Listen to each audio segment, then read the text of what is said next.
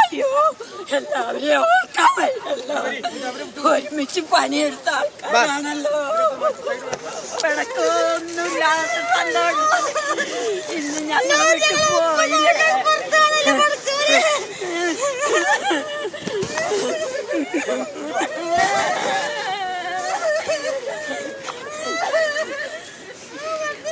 ഇതിപ്പോൾ നമ്മൾ കൽപ്പറ്റയിലെ കാഴ്ചകളാണ് കാണുന്നത്. ടൗൺഷിപ്പിൽ ദുരന്തത്തിൽ മരിച്ചവരുടെ ചിത്രങ്ങൾക്ക് മുന്നിൽ പുഷ്പാർച്ചന നടത്തുന്ന പ്രിയപ്പെട്ട മനുഷ്യർ, ഒരുമിച്ച് പണിയെടുത്തവർ പോലും വേർപെട്ടു പോയി എന്നത് ഓർക്കാൻ കഴിയാത്ത കരയുന്ന ആ അമ്മ ചങ്ക് പൊട്ടി കരയുന്നു. എങ്ങനെയാണ് ഞങ്ങളൊക്കെ ജീവിച്ചത് എന്ന ആ ചോദ്യത്തിലുണ്ട് അവർക്ക് നഷ്ടപ്പെട്ടു പോയൊരു വലിയ ലോകം.